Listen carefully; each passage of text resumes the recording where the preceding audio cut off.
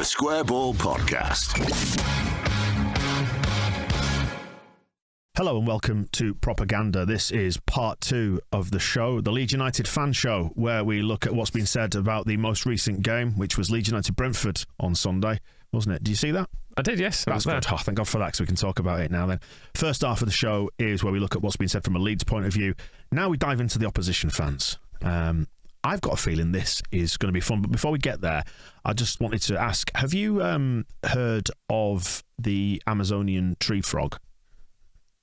Not specifically. It's just a frog that lives in trees in the Amazon. I guess that, yeah. Yeah, hence the name. And what it's got, it's one of the animals with one of the thinnest skins. Oh, I see. Yeah, in the world. And that's because, did you know that frogs breathe through their skin? Oh. And not only that, but the Amazonian tree frog, it's those really bright ones, and basically the rule of thumb is the brighter the frog, the more poisonous it is. It secretes poison out through its skin, so if you touch it, it can really mess you up. I've got a feeling in this section we're going to hear something from creatures with thinner skins than the Amazonian tree frog. Shall we get into it? Bless them. Well, let's start with someone who's despite being very young, very level-headed, very wise. Very wise, yeah. This is a guy for a head on young shoulders. TW8 is what he goes by on YouTube. It's that you'll have seen some of his footage because it's his footage of Rafinha. So he's right down the front in the away fans, isn't he? He's in the away end, so it's his clip of Rafinha kind of pointing at the badge and shouting at them a bit. But this is him leaving the ground, and he's, all fair. So Brentford, I've just drawn 2-2 with Leeds at Elland Road, and before the game I said 2-2, and a draw would have been a good result, to be fair. Like, it means we stay above Leeds, but when you concede with about 60 seconds left, it always hurts. What could have been, we were really close to a crucial win, but Patrick Bamford popped up with a late equaliser, and to be fair, it was probably deserved. Their keeper didn't have to make many saves. Alvaro in our goal did. He made a couple decent saves, a worldie one as well. They scored a goal in the first half. We probably should have defended better. We needed a Baptiste worldie to get us back into it, and then Sergi Kanos scored a nice goal, which is good to see. And thought Christian Norgard was really good for us as well. Ever consistent he is. And I must also say, the Leeds atmosphere was brilliant. It definitely lived up to expectation. It's definitely one of the best atmospheres in the Premier League. Without Ivan Toney, it's really not a bad point away from home, but it could have been more. Balanced. You see, that's what you want from fan media, don't you? A really balanced approach to covering your team's games. But I thought that's some absolutely fair points in there. One of which is Brentford are above Leeds. That is noted as an important point to note, isn't it? Yeah. And that's something they've got over us, and they can and should use that. But I thought he was probably right about the game overall as well. We probably deserved a draw out of that. I think it's fair to say. If you look at the momentum graph, who is it that it's SofaScore, isn't it, that do the momentum graphs? It's apart from that early spell when they had a bit of a run at us and then we scored, it's mostly us apart from that spell in the second half when they scored. So it went both ways. We probably had more of the attacking. All in all, yeah, it was. I'd not really considered the point that Melee had not particularly made any saves. So yeah, fair enough. I've got one other clip from him, which is his live footage of the second goal, and I've included this because I need your opinion on it. I noticed it in the YouTube comments, and I went back and listened to it. I think there's a grown man who's a Brentford fan doing "soo" after when Brentford score a goal, right? Which is really odd. But I might be wrong. I might be mishearing it. And the person whose comment I picked up on YouTube, I may have misheard. They may have misinterpreted it as well. Remember, we don't want to be too critical of Brentford. Well, okay? Because people don't want to hear that. The lad doing the video is doing some good, sort of screaming and cackling on it as well, which is quite good. I don't mind that.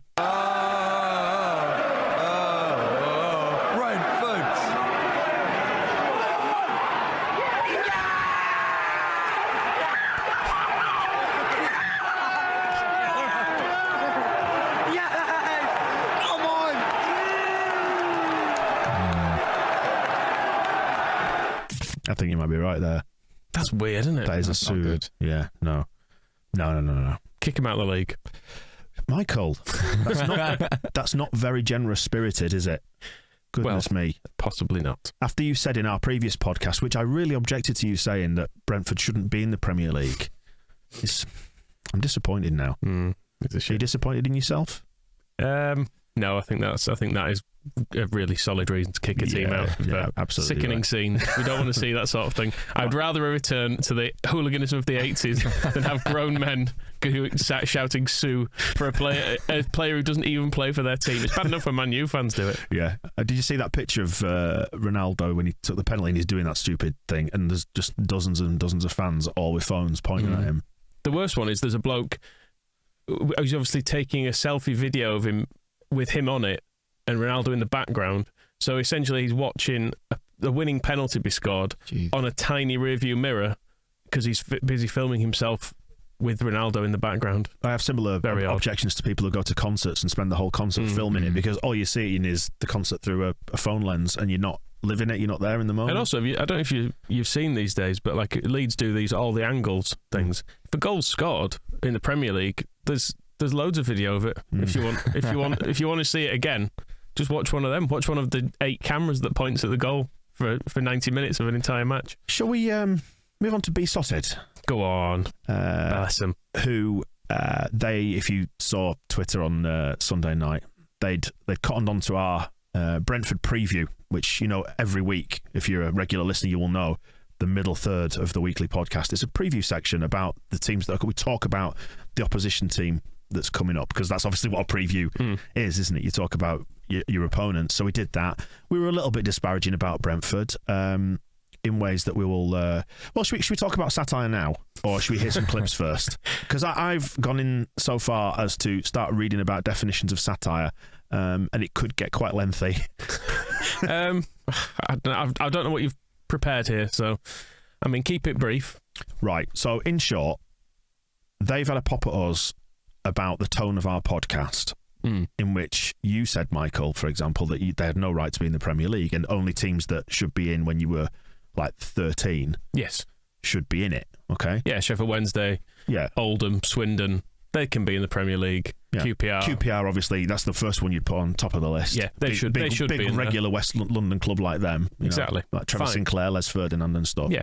But you used it as a comedy device. So let's just pause it there, and then we'll come back to the idea of satire, okay? Because you've actually contradicted yourself.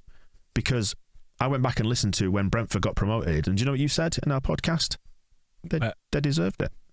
Well, they did. Yeah. But the previous bit wasn't about what they deserve. Yeah. It's about what I think should happen. Yeah, and I think they should be put back to League One. Being in the Premier League is a feeling, isn't it?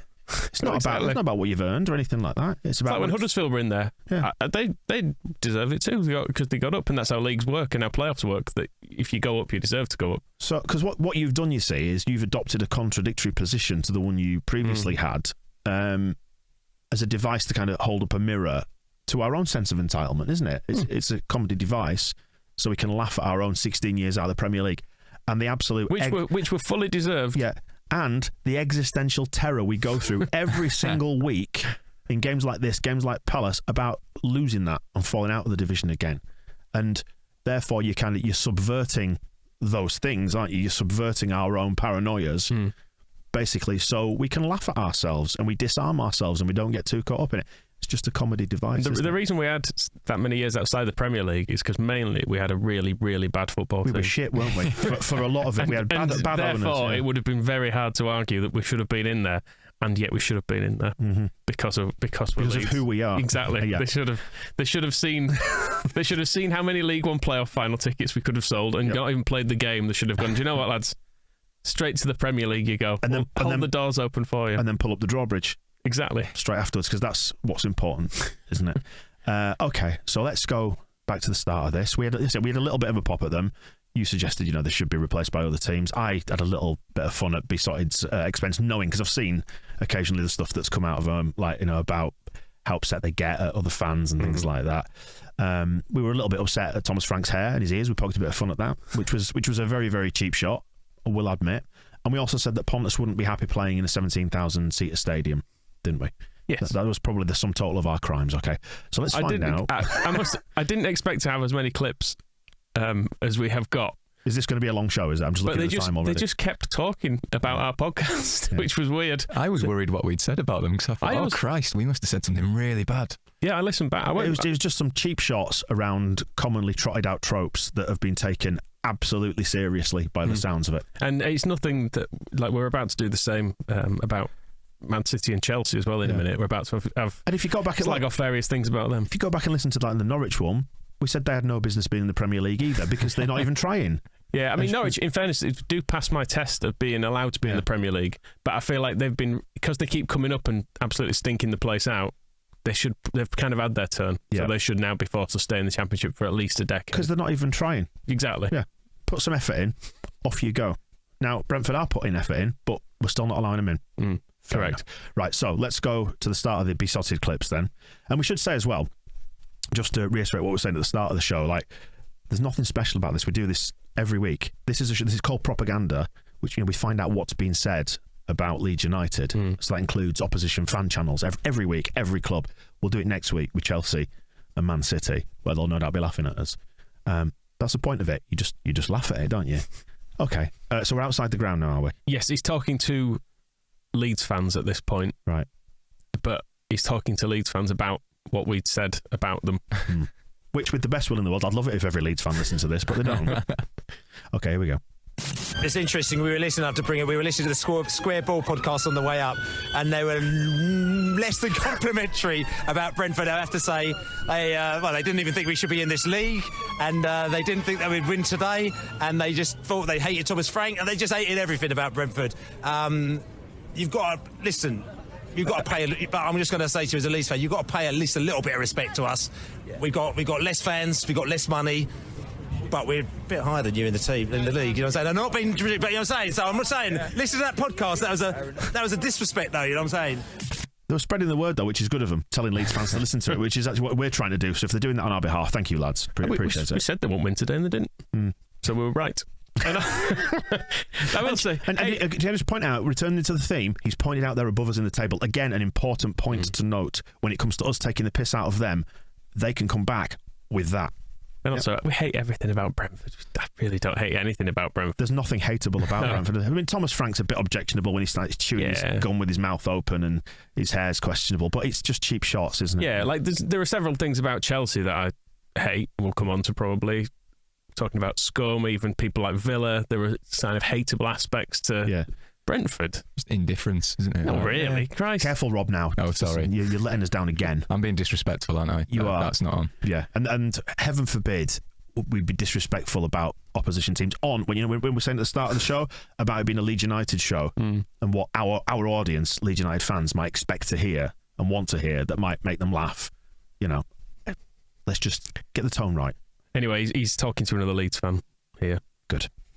Yeah, so it's one of these. So for Leeds United, I mean, where is it for you? I mean, again, we talked about it, and I have to say this again. We listened to the Square Ball podcast. If you check it out, the December the 2nd episode, around about 35 minutes in. Let's just say that they weren't too pleasant about Brentford, Thomas Frank, about us, about Besotted, about anything like that. They just completely tore us to pieces, saying that Brentford should not be in the Premier League. They can't understand why we're here, why our manager. They don't understand why everyone loves us in the media. Honestly, they just tore us to pieces. And the fact is that which is interesting, you know what I'm saying? I feel like I've seen that movie before. Yes. Yeah. But I mean, we go back to last season. We were media darlings for a bit for bringing this exciting swashbuckling football to the Premier League. Didn't like that either. Don't want to be media darlings. And again, so holding a mirror up to ourselves here about being media darlings. So if you're a Leeds fan and you listen regularly, you'll understand that because it's a show aimed at Leeds fans, isn't it? So anyway, is he asking more Leeds fans about outside the ground? This is with a Brentford fan, right? So this is where we discover the kind of origin of his previous questions, where there's been I don't know if it's a bus, a car, or what, but they've been listening to it. A vehicle of as a group. I don't know if there's a big Brentford WhatsApp group and everyone's been on the way down independently and been get this on. You need to get this on and listen to it. 35 minutes in. They probably all came on the same bus. Potentially, yeah. Yeah, have a listen.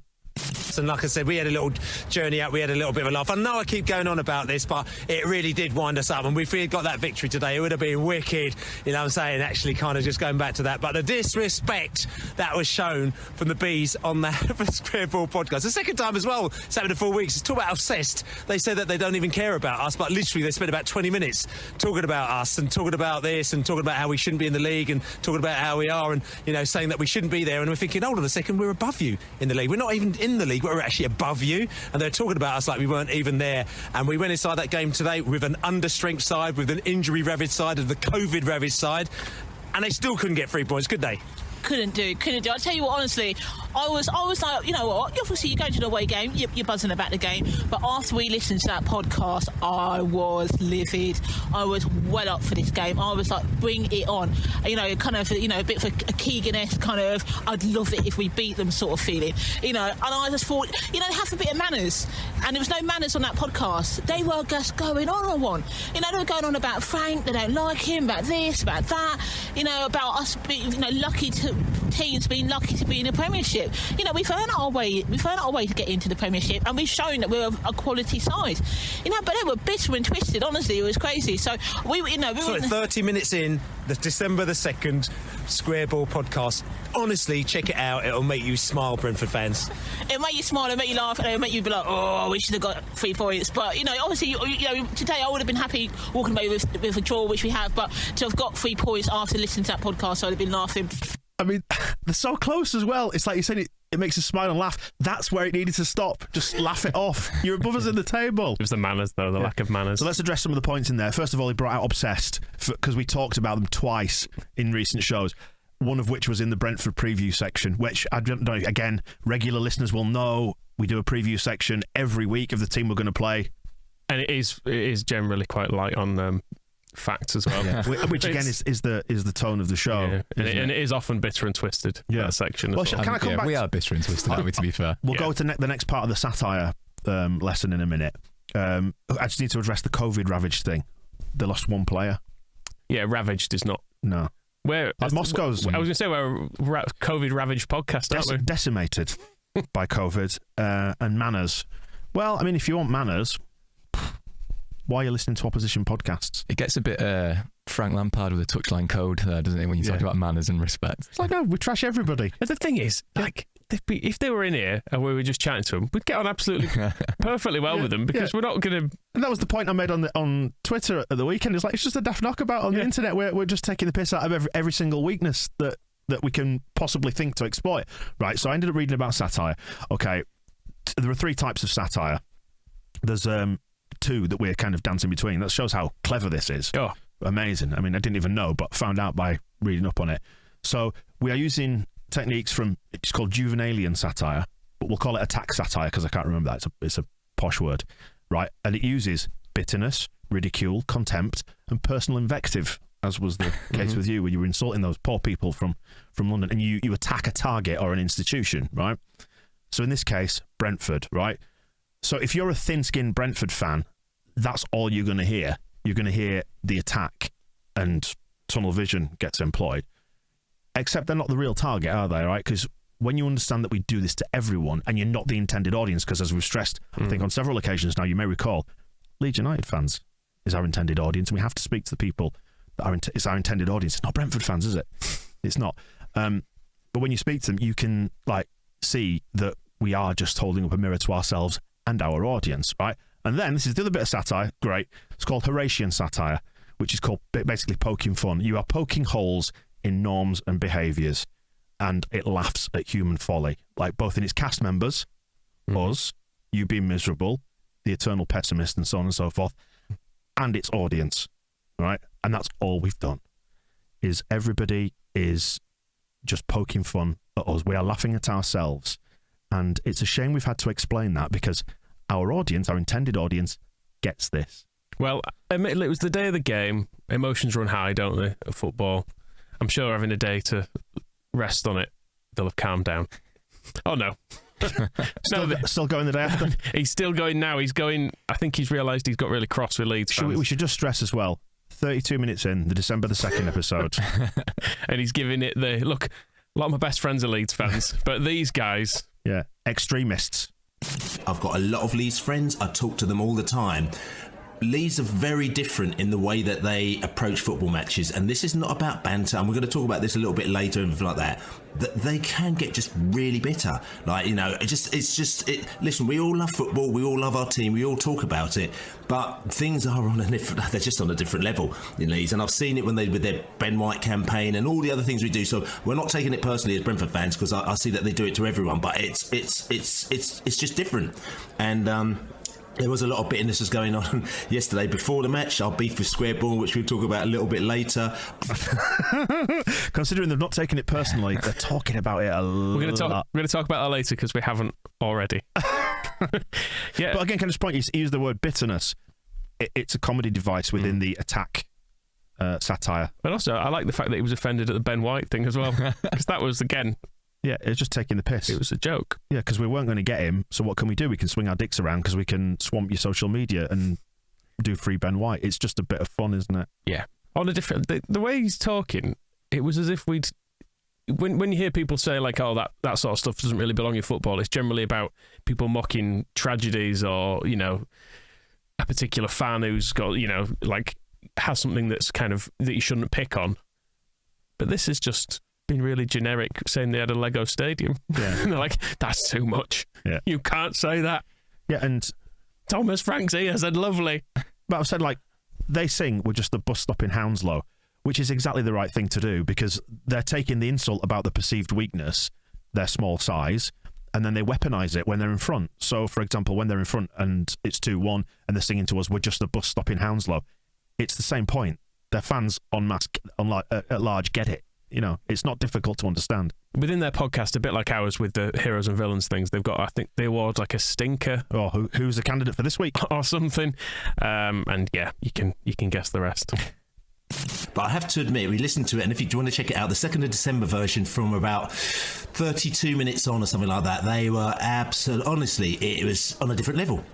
Again, it's like I said to you, I don't know if it's just a Leeds thing or whatever it is, but they just went on, and they came back to us later saying, oh, don't you like banter, and, you know, this is about what fanzines are all about. Listen, we know, we've been doing fanzines for 30, 40 years. We know what jokes are about. You listen to our thing, we joke and we take the mickey out of people and everything like that, but you're also quite balanced.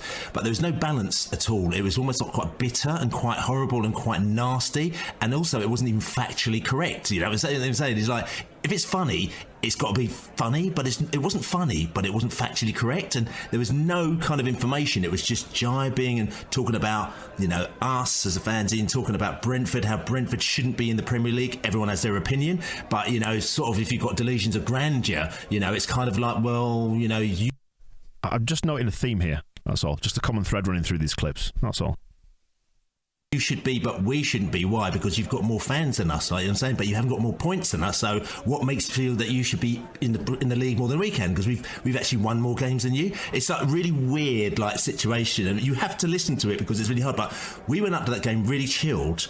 But then after that, it really hyped us up for the match as well. And all I can say is that we spoke to a few of the coaching staff, and they had listened to it as well. So I think it might have hyped up a few of the players as well. So thank you very much, Squareball. Brilliant. Being passed around. I love the idea of Pontus Jansson listening to it and just being like, yeah. Have you heard what they've been saying about us? I mean, I'll tell you one thing I can correct him on there. It says, you know, you listen to our thing. I don't. I'll listen to it this week because we do this bit of the podcast. Hang on a second, Michael. You're obsessed. What are you on about? Yeah, that is true. Because we have spoken about at least twice this season already. I mean, the thing about not being factually correct. I mean, that's fine. Yeah, we will. Did we say it holds 17,000 people and it holds 17,462 or something? He gets close to the point as well, saying things can only be funny if they're factually correct, but then he realises that's a daft thing to say, so he goes, and it wasn't funny and it wasn't factually correct. I mean, and if you come into this show for factually correct things, I mean, you're in the wrong place. You've got to put in the preview in the prep sheet. It's about, we went heavy on facts, were we? No, not entirely. No, that's how little I think of them. I didn't even do any. I didn't even put them on the prep sheet. That's how obsessed you are. Because I was thinking about Crystal Palace instead, which came first, and then I was like, oh shit, there's another game. You were thinking about QPR, weren't you? That's the one. Yeah, I had loads of stuff about Les Ferdinand on it. To be honest, it was a shame he wasn't playing. Right. Is this the last one from them? Or couple more. We're still going. It keeps going. Can I just say, 32 minutes in. This is someone else with on their podcast again having a go at us for talking. He's having a go at us here for talking about Brentford in the Brentford preview. Right. Well, we'll come back to that probably. Yeah, 100%. Yeah, no, I mean, I agree. You know, banter's got a brilliant place in football, and so is humour. But you know, bitter. Like trying to say that there isn't a rivalry, but spending 25 minutes having a go at us, like it's not something we instigated. We're just going up to Leeds to you know, we have had some great games with Leeds over the last few years, and they've been very close. Some of them we've won. A couple of them that they've won. You would have thought that, you know, that they would have taken that on board. You know, it's manners, to be honest with you, as well. You know, slagging us off for our stadium, slagging us off for everything. It's just like, it's odd. If there's no rivalry, well, don't talk about us so obsessively. I mean, it really, we are under their skin, and it's quite, in that respect, it's quite funny. So crack on, lads. Will do, Tree Frog. I mean, there's so much to go out in there. Rivalry, there is no rivalry, and we need to just say, look on YouTube, if it's a better medium for it, because on YouTube you'll find we divide the weekly show into 3 bits just so it's a little bit more digestible. In the middle bit, where we did the Brentford preview, it's got a big graphic on it that's been made by a graphic designer, and it says on it, Palace, Brentford, preview, doesn't it? Preview. And it's that, we do that every week wherever we're playing. Because, like, I don't know if you, again, the way that the Premier League's constructed is you play every team twice, between about sort of August and May, isn't it? I think that they generally do it. Even the teams that don't deserve to be in there, you have to play them twice. Yeah, rules are rules, eh? And then they schedule these fixtures one after the other throughout that sort of 9-10 month window, don't they? And then they publish them, and they're called fixtures. And then what you do is you look down the fixtures, and if you're doing like a weekly show like this, you look at the fixtures that are coming up, and you'll probably talk about them, because I think it'd probably be really hard to do a preview section without talking about the club that you're about to play. What do you think? Yeah, but banter's got a place though, and what we did was it not? It was too much. What about manners? Manners are gone. My mum would be cross if she knew I'd been accused of having no manners. That's why I love football, though. I love going to the football to be well mannered. That's the reason I go to Elland Road. To be really polite, balanced, well mannered. That's what it's what football is all about. Exactly. Isn't it? Yeah. And they're under our skin, aren't they? Just so because we poked fun at a few of their elements of their club, and then having to explain how it works. Like, so for example, we poke fun at their stadium because it's brand new and looks a bit like Legoland. Okay, our stadium is falling apart. Yeah. But we love it because it's shit and falling apart. People often slag off within this section of listening to other fans. People often will say it's an absolute shithole. It's an absolute dump. Like which it is. The seats don't face the pitch. Good. Yeah. I'm pleased with that. There was that roof that you were under. If you actually came, you didn't because you all got very angry. That had asbestos in it until fairly recently, which is, I don't know if you've heard, that's quite bad. Yeah. They took it out though. But you know how upset I get when people slag off Elland Road? Not at all, because I like it anyway. So you just move on, don't you? Yeah. Well, I was thinking one of the first times I properly fell in love with Leeds was my dad took me to Masters football in Sheffield, and Leeds had a team in there, and I saw Sheffield United fans and Sheffield Wednesday fans arm in arm drinking beers singing "We All Hate Leeds Scum," and I thought, that is amazing. Yeah, and it's like, fine, enjoy your stadium, it's fine, it's perfectly inoffensive, which is what Brentford are, but we're just going to poke fun at you anyway because we don't really do research for the preview section, so it'd be quite but again, Leeds fans, that's the audience, isn't it? Leeds fans and what they expect. It's a big rivalry, and it is, Dan. Don't pretend otherwise. Well, no, I haven't slept since thinking about it. Didn't win though, did they? That's just one thing to observe. They didn't win. No. And didn't get to throw it back in our faces. But you know what? Had they won that game, I would have quite openly welcomed them throwing it back in our faces because we would have deserved it. And just taking it on the chin. And also, but as it is, what I've heard is... And equally, if they'd won, it wouldn't have invalidated what we said, which I stand by. I find this day and age it's important to double down, Michael. I'll be honest, if they could get 100 points in the Premier League and we could get none, and I would still think we deserve to be in there ahead of them. Because that's the way football works. They could have won that game 10-0 and I wouldn't have changed my opinion. Thing is, I've never thought they were a bad side. Yeah. I even said in the preview, because I listened back to it to check none of my more libelous things I said about Thomas Frank got through, but they didn't. And that's good. And I even said that they're a good team, and they were really good in the Championship. And I thought that when they came up, that they'd have a style of play that would probably actually be all right in the Premier League. And I remember you saying that, and I thought they'd stay up. Said all that. Yeah. That was nice. Mm-hmm. Thank you very much. Yeah. Didn't listen to that bit, obviously. Just while we're on this, these besotted characters, I just want to just go quickly to Twitter. I know this isn't great, but can you see that? That's their Twitter account. Okay. Remember that we're obsessed with them. Yeah. Mm. What does that show? What does that show there of their Twitter account? It shows that you've got a follow button that you can click. Yeah, but now you see that? The follows you bit, yeah. Follows you. So Besotted follows you. See, you know that bit where you can click the follow button? What does that show? It shows that you don't follow them. It shows that we don't follow them. It's an obsession I like to keep from a distance. I don't know about you. One of your burner accounts, because you don't want it to be revealed. But we do appreciate the extra traffic you've driven our way, because they've talked us up so much, like loads of cross promotion, and hopefully this will do the same for you. People go and listen to the Besotted stuff, and it'll help in terms of figures and a bit of ad revenue for you and stuff. Because football family, that's what it's all about, isn't it? That's it. And if you don't take it too seriously, it is just a knockabout on the internet. Yeah, I just hope. I hope no kids.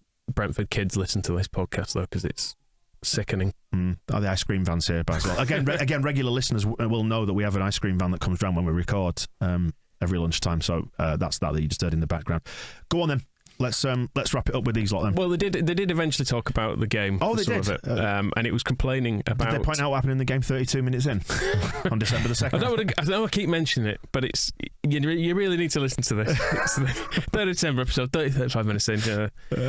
Anyway, but yeah, they were complaining that there was too much injury time. For me, it was the timekeeping. I mean, how did we end up with 5 minutes of stoppage time in that second half? There wasn't many particular injuries. I know there were 3 goals and the substitutions coming on, but to me that looked like a 3 or 4 minute stoppage. And of course they scored as the clock ticked into that vital 5th minute. So is it the timekeeping? Is the referee? Is it the overall officiating? Overall, the officiating wasn't too bad. It's that timekeeping piece between the. Yeah. So it's the clock. It's the Leeds clock. It's their own personal timekeeping sort of time zone thing. You see, what he's done the same thing. He's used satire. He's employed satire there, hasn't he, to suggest that we were manipulating the clock to damage them. That's which really, obviously that's really bitter. You think so? Bad manners. I think they need to be a bit more respectful. Although we had good manners to not criticise the referee, who is the one who decides the time. But he's like, no, I'm not going to criticise the referee because he's a great lad he's doing a tough job, and that's what we sing at referees. We say you're doing a good job under often difficult circumstances. It's about showing well done. So well done, Wendell. And without you, thank you, Coote. There won't be a game. So thank you for refereeing There's only one David Coote. All that sort of stuff. But he's wrong.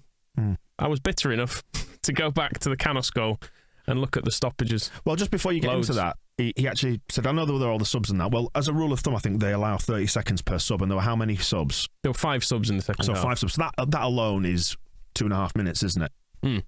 Of the 5.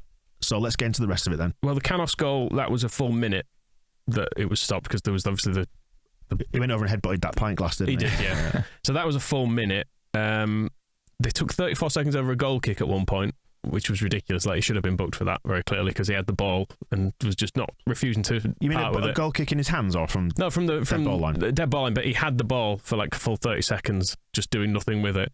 When Jackie got a booking, that was another 45 seconds. Can I just stop you for a second before you go any further? So what you've done is you've gone back and watched this video in order to ascertain what is factually correct. Correct, yes. You've gone and analysed the data. Factually correct, okay. Yep. That's important. I feel that's an important thing to note. And I'm aware that when it's not an in-play clock in football, when ball goes out for throw-ins or whatever, it's not like it stops. Yeah. Maybe it should be. But for free kicks and stuff, it should. If it's a lengthy kind of stoppage for a free kick or whatever, they do tend to stop it. So yeah, when Jackie was booked, that was 45 seconds because they stayed down. There was the Bamford one, which it was only 20 seconds, but it was the most ridiculous situation where there was a player stood near the ball to take the free kick and he ran away from it. So to waste a bit more time, then Click, when he got his booking, someone was down for 55 seconds. When Rafa got his booking, that was the one on the edge of the box where they can't remember who took the free kick now, but I think it hit the wall or went over or something. But that was a minute and 14. But then one of their subs then took 40 seconds. They took 35 seconds to restart play after a Bamford for a Bamford offside, and then even the calling that led to our goal, their keeper pretended to be injured and was down for like 25-30 seconds as well. And we also saw David Coote, who did a fine job under difficult circumstances, as we've already acknowledged, telling them to hurry up. So it's almost like there was a visual representation of their time wasting. Yeah, but I totting those up. I didn't stop for throw-ins or anything, but totting those up. That's 6.5 minutes from the Kanos goal. Yeah, so it's fine. Yeah, I mean, I thought it was, without doing that, I thought it was quite obvious just from watching the game that there was hardly any ball in play in that last 20 minutes. Mm-hmm. So that's it then for the besotted stuff on propaganda. As you know, because we're obsessed with Brentford, we will no doubt be talking about them next week, the week after, the week after that, all the way through to our end of season tie in May, won't we? Yes. Listening keenly. It's the one. It's the big game, innit? It's the one we're all looking forward to at the end of the season as well. The big trip down to the old Lego land. Mm-hmm. So yeah, it'll be just tense until that game, I think. Yeah, waiting for the big. But it's quite fitting that it's the end of the season, though, isn't it? Because it's like a cup final. Well, yeah. So you know, we might get to. Oh no, we won't. Got West Ham. So at least we get a cup final this season by playing at Brentford's new stadium. So okay, thanks for that. I'm glad we cleared all that up and we got into the rules of satire. To have to explain why you shouldn't be a thin-skinned baby about football, and it's just a bit of fun. Anyway, on that note, the City Gent. Yes, it just reminded me of it. This was in the very early days of us doing the magazine. We'd played Bradford in the League Cup. We just seem to get them every year in it, I think. But we'd done some very light slagging off of Bradford in the back of the magazine. I think we used to run a section about teams we were playing, a bit like we do now on the podcast, where we do like a bit of a thing where we just take the piss of them. Is that a magazine aimed at Leeds fans? Yes. Yeah. But clearly, photocopies of this were circulating the pubs of Bradford at the time, and they were like, "Look, was it a rage copy?" They have said. So we got an email from. I've still got the email because it's just on my archived Gmail. But someone got in touch. M. Neil got in touch to say, "I'm involved in City Gent, the award-winning Bradford City fanzine." It's slightly older than Square Ball, isn't it, City Gent? So and I know they've struggled a bit in recent seasons. Just on behalf of the football family, I just want to say I hope they continue doing it because it's important to have independent voices. Correct. Yeah.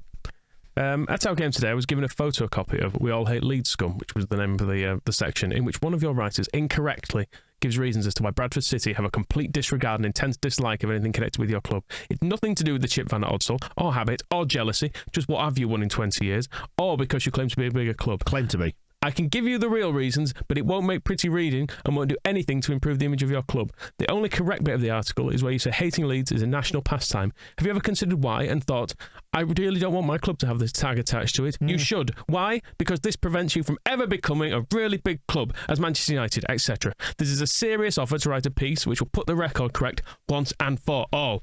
Best regards, M. Neil. That's quite hard hitting. So I replied to him, perhaps flippantly, perhaps arrogantly, perhaps even bitterly. I just said, "Hi Mark, sounds good. Send it over and we'll try our best not to cry." So he replied, for which you deserve a medal.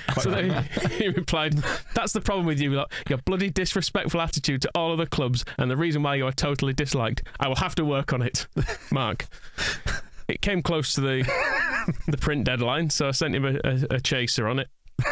He got back in touch. He said, I reconsidered my intention as I feel my very honest attempt at putting the record straight will not be taken seriously due to the obvious attitude which seems prevalent amongst a large majority of your supporters. Such an article will not serve to educate if the reader is not prepared to accept what is offered. Therefore, you won't be receiving anything. Best wishes in everything you do, except anything connected to Leeds, which he's put with the 666s in it. Ah, bless him. So that was the end of that. But it just reminded me of someone getting really far too cross about something. I remember you forwarding that email to me at the time and just falling off my chair. We did print the whole thing as well at the time. I remember we printed the entire email exchange just to highlight the ridiculous childishness of it. Yeah, and childishness, that's what it's about. I mean, just going back to what you were saying before about only clubs that can be in the Premier League when you were 13. Again, we're holding up a mirror to ourselves and as the cast members on this show and our audience as well, and pointing out the fact that ultimately we're just children at heart, and it's childishness that pervades in football, and that's what's at the root of it, isn't it? But it not for Mark. It's a serious thing. He wanted an audience searching for education as to about why Leeds United are hated. I think most Leeds fans kind of know. Yeah, it's fucking great, isn't it? But we obviously wouldn't acknowledge that in an article explaining why Bradford City fans don't like us. It's more fun to say that they're jealous. Yeah, because they're a tiny little club down the road, and they're ironically bitter.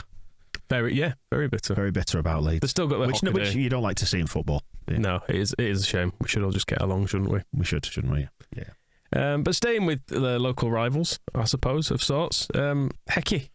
Thank God. Just to make you aware, if there's anyone from Brentford still listening, this is not about Brentford. We actually cover, it's called the wider world of propaganda, so it's other stuff that's been said, people that are kind of in our orbit, and if you're aware or not, Paul Heckingbottom was our previous manager before Marcelo Bielsa. It's normally a longer section than this, to be honest, but we've had a lot of we've had a lot of square ball references to cover off in this one. Well, I was going to say, if you go back to 32 minutes in, you'll... So I'm keeping Hecky short. He's not been in the job all that long, has he? Just a couple of weeks, so he's only halfway to achieving what he needs to there. So this is him following the Cardiff game. A game that had a little bit of everything. What do you make of your team's performance first off? Yeah, good with the ball. Did he follow it up with anything else? Nope. Didn't mention if they were good without the ball. Right. So, suggest they weren't. Yeah. But good with it. Mm-hmm. So halfway there. It's getting it across. Are we letting Sheffield United in our Premier League? Yeah, I think so. They're allowed in it. Not necessarily all the time. Well, Brian Dean scored the first goal in the Premier League, didn't he? So there's kind of a heritage reason there. I'd certainly have them in consideration for bouncing between the two leagues, whereas Brentford I'd never allow in. Right. Brentford, even if they won the Championship, they wouldn't be allowed in. No. which I think is fair. Right, go on then. I'd promote, like I say, if Oldham finish fourth, give them the place because they deserve it. Fourth in League Two. Yeah, exactly. In a way that Brentford never could. Yeah, I mean QPR, just bat your eyelids at us. You're in. Exactly. Fair enough. Exactly. Right. One more clip then. Last one then. Just Arsenal Fan TV. I thought I'd have a little look at how they were getting on because they obviously quite hilariously lost to Everton yesterday in the last minute. They've lost more games than us of Arsenal, haven't they? Have they? I think so. Yeah, we've lost 5. Oh, right. They just not bother drawing. They're just.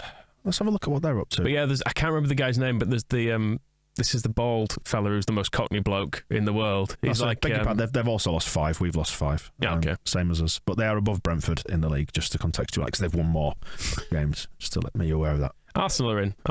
They do get to stay in the Premier League. Yeah, I will say. But yeah, this was the very cockney Arsenal Fan TV man at full time, and he was rubbing his face while talking, and it was all very difficult for him.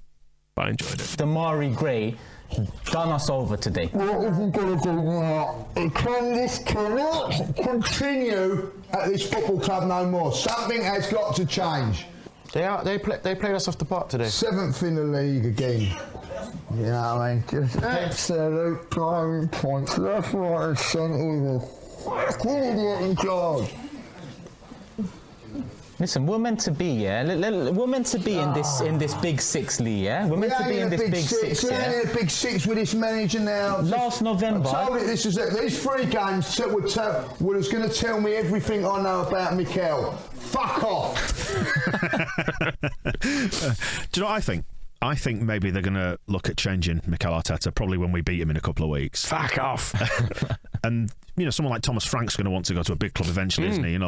Actually test himself, properly in the Premier League. That's true. Playing front of a big stadium. Big stadium, yeah, really well designed stadium. Big crowds, obviously notably hostile at the Emirates. Yeah, team with some potential. Won't even have to move house, would he? No. I mean, he's a talented coach as well. He probably wants though, because a team like Arsenal can pay a decent wage, whereas Brentford obviously is kind of scraping about. They don't spend any money, do they? No, he's probably in rented accommodation with old Besotted, listening to the podcast of other teams, sharing their old iPod, listening to it. Bless you. Yeah, so good luck. I mean, we've always said Thomas Frank, great guy, good coach, really good guy. Mm-hmm. Always liked him, and his hair. Says the bald man.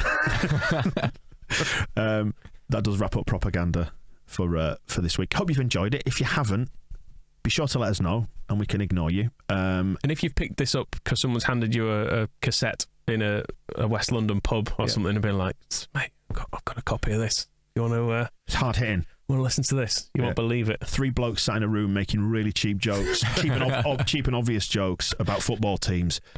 you're going to be furious. I wonder how many times, I just realised that show was, what was it? It's 32 minutes in they listened to it from. And that bit was about 20, 25 minutes, the preview section. How many times could you listen to that between London and Elland Road? And you're spiraling fury as you're getting closer and closer.